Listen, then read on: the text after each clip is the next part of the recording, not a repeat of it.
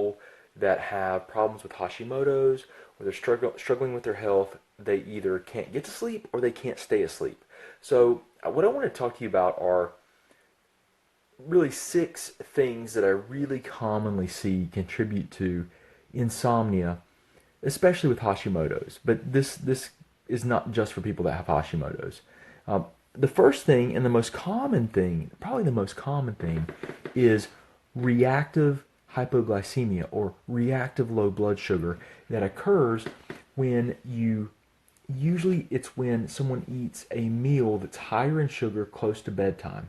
When they do that, their blood sugar goes up, their insulin, which the job of insulin is to lower blood sugar, it goes up. Then they go to bed. So they've got high insulin and high blood sugar. And then as they sleep, that insulin causes their blood sugar to come down rapidly. And a few hours after they go to sleep, they tend to wake up because their blood sugar goes too low, triggering a stress response. Because the brain, when the blood sugar gets low, the brain will signal your adrenal glands to produce cortisol and adrenaline in an attempt to spike the blood sugar to give you steady blood sugar to keep you, so that it can so that the brain can continue to run the involuntary functions of the body.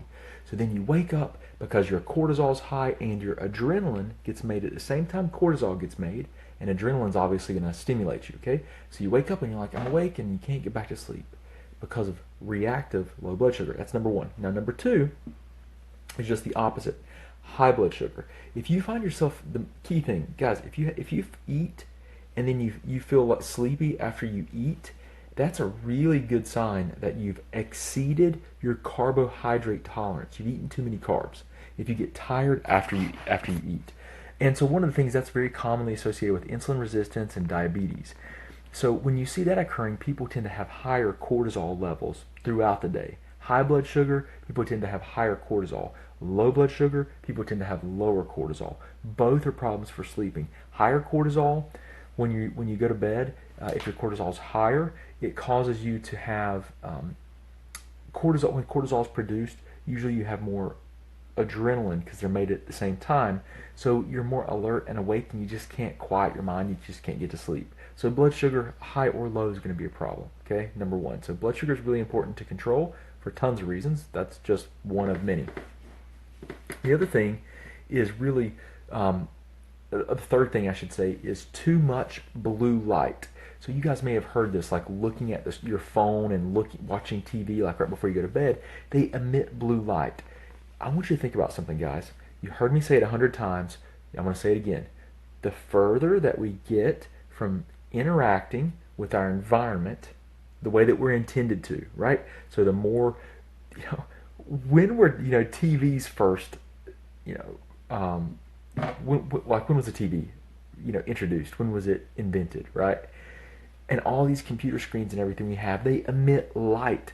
Guys, do you realize that human beings, for until TVs and LED lights were created and artificial lighting was created, the only thing that the humans were ever exposed to for light at nighttime was fire and moonlight. Never any of this artificial light that we have that throws out wavelengths, blue wavelengths like we might get from the sun. It confuses our brain. I'm telling you guys, you've got to think about these things. These things that your body responds to the type of light. Your skin, your body is adapted to interact with this environment and this world a certain way. When you take yourself out of that natural environment and put it into an artificial environment, you're asking for trouble. So blue lights, right? So you can get filters on your phones. Like I have a filter on my phone that comes on at night, and it reduces the blue light that's emitted so that it doesn't confuse my brain to think. Because usually, from an evolutionary perspective or from a human perspective, prior to all this modern technology and what we have for these screens and everything, we think that you would wake up in the morning when the sun rises and you get exposed to blue light, and that's stimulating. In the evening, as the sun goes down, the only light you would be exposed to would be red, primarily from like fire. Okay, so those are the colors. So you can wear basically you can wear like orange glasses at night, like 2 hours before bed. Like no joke. Like this is absolutely legitimate. You get orange glasses that only lets the orange red wavelengths through, and that will help to reduce those blues and help you to fall asleep. Right? So it's absolutely legitimate. It's a real thing. You need to be aware of it. You can get filters and applications for your phone that will dim it and make it more yellow, or take the blue out, and the same thing for your computer screens. Okay, those are really important things. Let's see, that was what, three. The fourth thing is inflammation. Okay, so any type of inflammatory process will drive your adrenal glands, your brain, to produce cortisol, because cortisol has anti-inflammatory effects. Now, what is made with cortisol? What is made with cortisol, guys? Adrenaline. What does adrenaline do? Adrenaline's stimulatory and it keeps you awake. So you can't, inflammation is going to be a problem. It's going to be a problem for you if you're not sleeping well. Now, the fifth thing are going to be hormone imbalances. We know that progesterone deficiencies, estrogen deficiencies, testosterone deficiencies in men, these things can all create problems with sleep. And most of the time when progesterone or estrogen are deficient, it's because you have poor adrenal gland function. So if you're premenopausal, then your ovaries should be making these things, right, primarily. And if they're not able to produce them well, when you do workups, the most common things you find is that it's because the adrenal glands are producing cortisol excessively and stealing away a hormone called pregnenolone. Pregnenolone is required to make progesterone and estrogen and testosterone. So a stress response that's prolonged and progressed will actually cause you to lose the ability to produce your progesterone and your estrogen and your testosterone at normal levels, and that can create issues. Okay, and sleep's one of those. So that's a common thing. So a stress response primarily, but it's a deficiency in those hormones. And then the last thing is really what comes down to unmanaged Hashimoto's, because anytime you have autoimmune attacks against your thyroid, that's going to make you susceptible to spikes and dips in your thyroid hormone.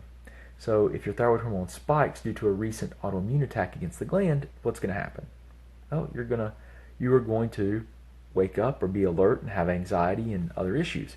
So you have to address autoimmunity and the drivers of autoimmunity, guys. These are really 6 key things if you're trying to sleep that can all be promoting your problems. Okay, so I want to share that with you guys and just try to help you out today, do the best that I can for you. Guys, remember, help us help other people. Please share this message so that other people can be made aware of these problems. This is something that people can absolutely do something about. They don't have to suffer. So help us help other people. Help us spread the word. We're trying to teach you and teach other people to become empowered, become your own advocates, and ultimately help yourself, but also to empower you to take your health back and also be better partners with your doctors and your healthcare providers. We want to be a team, guys. We want to come from a place of gratitude and being positive and really changing the world, one person, one family, one community at a time. Okay? So we want to make a difference. Let's do this together. We can do it, okay? Appreciate you guys so much. Hope you have a wonderful, wonderful day, and I look forward to seeing you on the next live stream. Hey guys, Dr. Shook, thank you for viewing our videos. I hope they help you out. If you want to, just subscribe to our channel somewhere here. You can watch a video that YouTube's actually selected for you, so hopefully it'll help you out. If you need any other information or resources, just look in the description. We've got links to our website, to our 9 lab test guidebook, and everything else that we do. I really appreciate you, and I hope you guys have a great